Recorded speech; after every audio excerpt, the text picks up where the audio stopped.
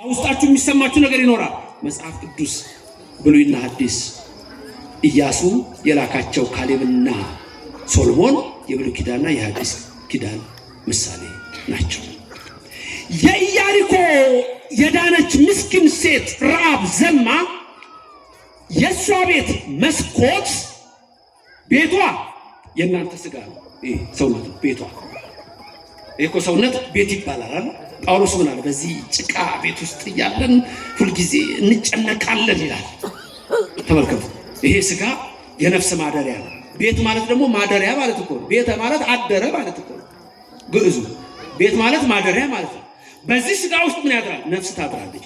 ስለዚህ ቤት የተባለው ምናችን ነው? ሰውነታችን ነው። መስኮቱስ ምንድነው? ቤት መስኮት አለው አይደል? መስኮት ምንድነው? አፍ ነው። የምእመናን አፍ ምሳሌ ነው። የረዓብ ዘማ መስኮት የኔና የናንተ አፍ ምሳሌ ነው። በዛ መስኮት ላይ ቀይ ሐር አንጠለጠለች የሚለው ቀዩ ፈትል የስጋውና የደሙ ምሳሌ ነው።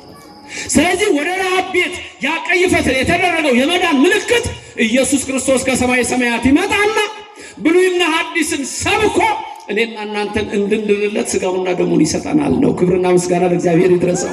በእያንዳንዱ ነገር ውስጥ የምታዩት ይሄን ነው። ቅዳሴ ስታስቀድሱ ብዙ ቦታ አነሳዋለሁ። ካህናቱ ይወጡና ከዛ ሶስቱ ዲያቆናት ሆነው የሚባል አለ ትዝ ይላችኋል።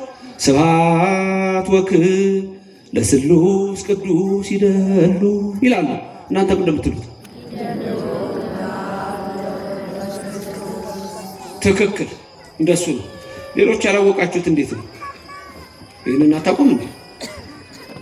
ስብሐት ወክብር ለስሉስ ቅዱስ ይደሉ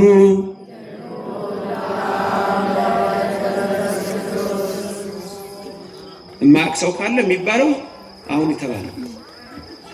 ከዛ በአራቱ ማዕዘን ይባላል። ከዛ ገባሬ ሰናዩ ቀሚስ እንላለን እኛ። ቀሚስ ዲያቆን በቀሚስ የቀደሰው ገባሬ ሰናዩ መስቀሉን ለተጨማሪው ዲያቆን ይሰጠዋል። እሱ መጥቶ ፊቱን ወደ ምዕራብ አዙሮ የጳውሎስን ንባብ ይጀምራል። ገባሬ ሰናዩ ቄሱ ደግሞ ዋናው ቄስ እሱ ደግሞ ይባርክና ሁሉንም ከውስጥ ባርኮ ይወጣል። ስጋው ደግሞ የሚቀበሉትን ከውጭ ደግሞ ብዙ ስለሆኑ በዚሁ ይባርካቸዋል። ከዛ ምን ያደርጋል? ዲያቆኑ መስቀል ይዞ፣ ካህኑ ጽና ይዞ፣ ሌላው ደግሞ ጥላ ይዞ እንዲህ ይዞራቸዋል አይደል? ዑደት ይዞራል። ሲዞር የሚናገረው ነገር አለ። እዛ ጋር የሚናገረው ነገር አለ። እግዚአብሔር አምላክን በከመ አነሃልከ የሚል ቃል አለ። እንደሱ አለ ነው የሚል በከመ አነሃልከ ጥቅማ ላይ ያለ ወደ ኢያሱ ገብርክ አይደለም እንዴ? አሁን እዛ ጋር የሚለው ይሄንን ነው። እግዚአብሔር አምላክን ተመልከቱ። እግዚአብሔር አምላካችን በከመ አነሃልከ ቅድመ ጥቅማ ለኢያሪኮ ወደ ኢያሱ ገብርከ ወልደ ነዌ።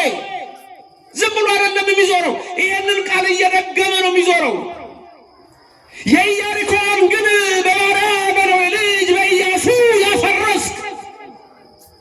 ያፈረስክ ዝም ብሎ ነው። እናንተም ሲዞራችሁ ኢያሪኮ ውስጥ እንዳሉ ምዕመናን ሳይሆን እንደ ረዓብ ናችሁ። እናንተ እንደ ረዓብ ዘማ ከዛ ውስጥ እንዴት እንደሚያወጣችሁ ካህኑ ይሄንን ይላል። ከዛ ምን ይላል? ከማሁ ይላል። ልክ እንደዛው ማለት ነው። ልክ እንደርሱ ማለት ነው። ከማሁ አለም ጥቅመ ኃጢአትየ ወኃጢአተ ኩሉ ሕዝብከ በእደ ዚአየ አነ ገብርከ ይላል። እንደዚህ አይደለም መጋቢ ሐዲስ ይሄ ነው የሚባለው። አዎ ይሄ ነው። ዝም ብሎ አይልም፣ አይዞርም። ዝም ብሎ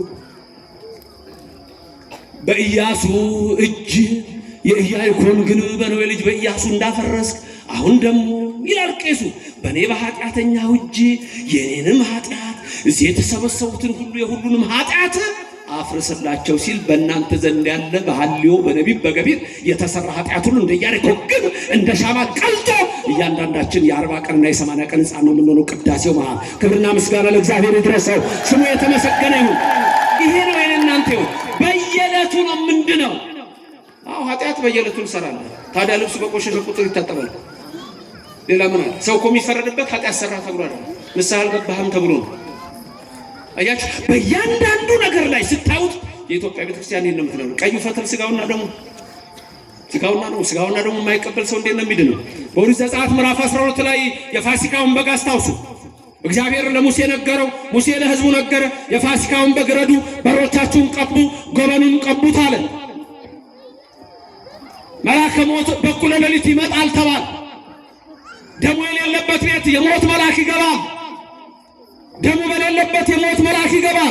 ደሙ በሌለበት ቀዩ ፈትል በሌለበት በኢያሪኮ የጣዖት ከተማ በዛ ቤት ውስጥ ሞት ይገባል። ቀዩ ፈትል ባለበት በረሃብ ቤት ሞት አይገባም። በኦርቶዶክሳውያን ዘንድ ሞት አይገባም። በተዋሕዶ ልጆች ዘንድ ሞት አይገባም። በ40 ቀን በ80 ቀን ያለው በውስጣቸው ያለው ስጋና ደም ያ ቀይ ፈትል የኢየሱስ ደም እያንዳንዳችሁን ከሞት የሚያድን ነው። ኦርቶዶክስ መሆን ለመዳን ነው። ተዋሕዶ መሆን ይሄ ነው። ክብርና ምስጋና ለዘላለም ለአምላካችን ይድረሰው። ስሙ የተመሰገነ ይሁን። የፋሲካው በግ ታረደ። እኩለ ሌሊት ላይ መልአከ ሞት መጣ። ደሙ ያለበት ቤት አይገባም። በበሩ ላይ ተቀብቷል፣ ደሙ አይገባም። በጎበኑ ላይ ደሙ ተቀብቷል፣ አይገባም። ደም በሌለበት ቤት ይገባል። በግብፃውያን ቤት፣ በእያንዳንዱ ቤት ሁሉም በሞት ተወሰደ። አንዱን አልቀሰቀሰም። የፋሲካው በግ ይሄ ነው። የፋሲካው በግ ኢየሱስ ነው። በጉ እሱ ነው። ዮሐንስ መጥምቅ ከሩቅ አየው፣ ወደ እሱም ሲመጣ ተመለከተው። ከኔ በፊት የነበረው ነው። እኔ 6 ወር በመወለድ ብቀርበው እሱ ግን ቀድሞ ያለ አምላክ ነው። እኔ ጫማውን ማሰሪያ እንኳን ልነካ አይገባኝም አለ። ና በጉ ለእግዚአብሔር ዘያስተሰርይ ኃጢአተ ዓለም አለ። የእግዚአብሔር በግ እነሆ የዓለምን ኃጢአት የሚያስወግደው አለ። አይሁድ ግን ናቁት፣ ፈሪሳውያን ግን አልተቀበሉት። ጸሐፍት ይሰቀላሉ። እስራኤል ከሮማ ተባበረ፣ ሮማ ከአይሁድ ጋር አንድ ሆነ። የዓለም መድኃኒትን ወደ ሞት ወሰዱት። እሱም የመጣው ደሙን አፍስሶ እኛን ለመቤዝ ነበር። መስቀሉን አሸክመው ወሰዱት። በጲላጦስ ፊት አቀረቡት። መላእክት የሚንበረከኩለትን የሾህ አክሊል ደፉት። መላእክትን በክብር የሚያቀናጀውን እሱን ናቁት። ሁሉን የሚያየውን ሁሉን የሚመለከተውን ዓይኑን ሸፍነው መቱት። ክርስቶስ ሆይ ማን ነው የመታህ ብለው ቀለዱበት። ከትውልዱ ይህንን ማን ነው ያስተዋለው አለ ኢሳይያስ። ባየነው ጊዜ ደም ግባት የለውም፣ እንደተቀሰፈ ቆጠርነው። በእግዚአብሔር እንደተመታ በሱ መገረፍ ግን በሱ ቁስል ግን እኛ ተፈወስን አለ። መስቀሉን አሸክመው ወደ ቀራንዮ ተራራ ወሰዱት። ወንበዴ በርባንን አስፈቱ። ዕውር ያበራውን፣ ለምጻም ያነሳውን፣ ጎባጣ ያቀናውን፣ ሽባ የተረተረውን፣ የዕለት ሬሳ ወለተ ኢያኢሮስን፣ የ4 ቀን ሬሳ አልዓዛርን ከመቃብር ያወጣውን ጎተቱት። እሱም በፍቅር ተከተላቸው። ወዮ ምን አይነት ትሕትና ነው አለ ዮሐንስ አፈወርቅ አለቀሰ። ምን አይነት ትሕትና ነው! በግ እያለው ቀንድ እያለው የማይዋጋ በግ አለ። አባ ሕርያቆስም ነገረን። ፍቅር ሰብአ ወልወልድ ኃያል መንበሩ አብጽሖ እስከ ለሞት አለ። ፍቅር እነሆ የአምላክን ልጅ ከሰማይ ሳበው እስከ ሞትም አደረሰ አለ። ልብሱን ገፈፉት፣ ቀይ ግምጃ ለበሱት፣ እንደ ወንበዴ ቆጠሩት። ወደ ቀራንዮ አደባባይ ወሰዱት። እናቱ ድንግል ማርያም አለቀሰች። የራሱ ደቀ መዛሙርት ተበተኑ። ሰውየውን አናውቀውም አሉ። 2 ዓሣ 5 እንጀራ አበርክቶ የበላቸውን ኢየሱስ አናውቀውም አሉ እነ ጴጥሮስ። ካዱት። ሁሉም እንደዛ አሉ፣ አናውቀውም አሉ። ሌሊቱን ሙሉ ደበደቡት። 6666 ጊዜ ገረፉ። ሰውነቱ በደም ተነካ፣ አጥንቱ ተቆጠረ። ልበ አምላክ ዳዊት የተናገረው ትንቢት ተፈጸመ። አጥንቶቼ ተቆጠሩ፣ ውሾች ከበቡኝ፣ ለጥሜ እንኳን ሐሞትና ከርቤ ሰጡኝ አለ። ዓርብ 6 ሰዓት ላይ ሰቀሉት። በሁለት ወንበዴዎች መካከል ሰቀሉት። የሾህ አክሊል ደፉበት። ነፍስ የወጣችው 9 ሰዓት ገብርኤል መልአክ ሰይፉን መዘዘ። ላጥፋቸው አለ። በመስቀሉ ላይ ያለው ትሑቱ ንጉሥ ተዋለው። ያንተ ትዕግሥት አያልቅም ብሎ ሰይፉን ወረወረው። ሚካኤል ዝም አለ። ኡራኤል በብርሃን ጽዋ ደሙን ይቀዳ ጀመር። እመቤታችን ከዮሐንስ ጋር ብቻ ታለቅሳለች። ዝናብን የሚሰጥ ውቅያኖስን የፈጠረው የኃያል አምላክ ተጠማሁ አለ። ሐሞትና ከርቤ ሰጡት። እንትፍ አለው። አልጠጣሁም። የብርሃን ልብሱን ገፈፉት። ያኔ የአምላክ እርቃን አይታይም አለች። ፀሐይ ጨለመች፣ ጨረቃ ደም መሰለች፣ ከዋክብትም ረገፉ።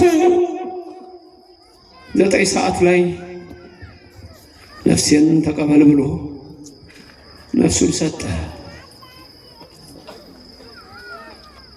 በዋዜማው ማታ በሐሙስ ምሴት ማታ